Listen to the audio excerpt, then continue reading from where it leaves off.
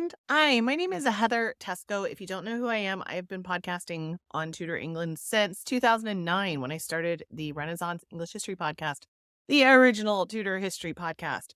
Something else that I do that I've been doing since 2016 is the Tudor Planner. There's a place, an Venn diagram where like Tudor nerds and planner nerds come together. That's where I live with the Tudor Planner. I'm also a planner nerd. And I publish it myself. I do everything myself with it, all the printing, everything like that. I mean, I don't print it myself, but I arrange the printing. Totally publish the whole thing on my own.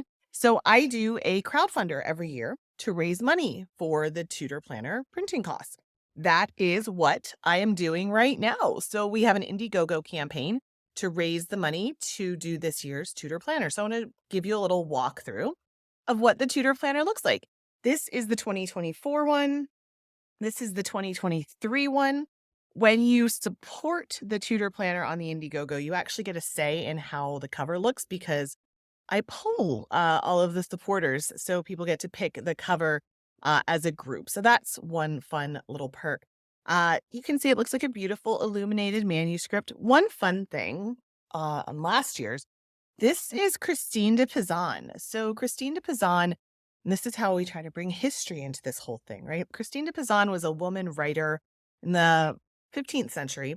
She wrote a book called The City of Ladies, all about a city where just women lived. And she believed that women could get an education just like men, which is like mind blowing for the time. Interestingly, though, here's where we're going to play 6 degrees of Christine de Pizan. Her books were likely in the library of Margaret of Austria. Margaret of Austria was a big supporter of hers. And who lived with Margaret of Austria in her very formative years? Anne Boleyn. So Anne Boleyn probably would have been influenced quite profoundly by that woman right there, Christine de Pizan. Anyway, back to the planner. So this is the cover. You can see it looks like an illuminated manuscript. So this is what the monthly layout looks like. It's a Monday start. And I do have some of the like medieval feast days on there, the medieval festival days, pre-Reformation, of course, so you can celebrate like a medieval person. We also have a listening list on there for some Tudor music to listen to, because that's how I got into Tudor history, was through the music. And then there's quotes, plenty of doodle rooms, fun fact of something that happened in Tudor history that month, everything like that. Then let me show you the weekly layout. This is the weekly layout. Again, a Monday start. There's a habit tracker. There's a fact of this week in Tudor history. All your major US and UK holidays are on there. Plus, like I said, some of the medieval feast days. Lots of room to doodle. That is the weekly layout.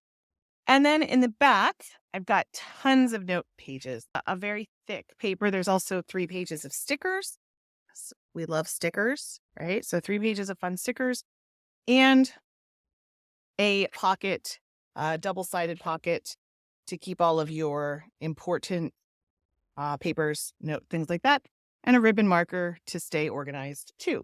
So that is the Tudor Planner. And of course, by supporting this IndieGoGo, you will save money off of the retail and you'll be able to guarantee that you get your copy.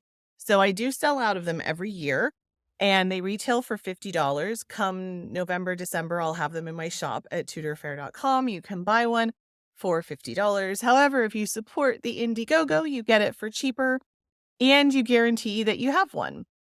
So when I sell out next year after January and I don't have any more left, you will have yours. It's very pretty, right? Imagine just having this on your desk or having it in your bag and taking it out when you need to, make an appointment or something. It's like, oh, let me take out my Tudor Planner. And it's a great conversation starter. Meet other Tudor friends when you take this out and people see you with it and they'll say, oh, what a cultured person. So we've also got, as part of the IndieGoGo, some super great perks. One of the other things I do each year is TudorCon. So there are TudorCon tickets, either in person or streaming. TudorCon tickets have actually sold out for the September TudorCon. So it's just streaming now, or you can support this IndieGoGo and come in person as well. We don't have any tickets left just for selling. There might be 2 or 3.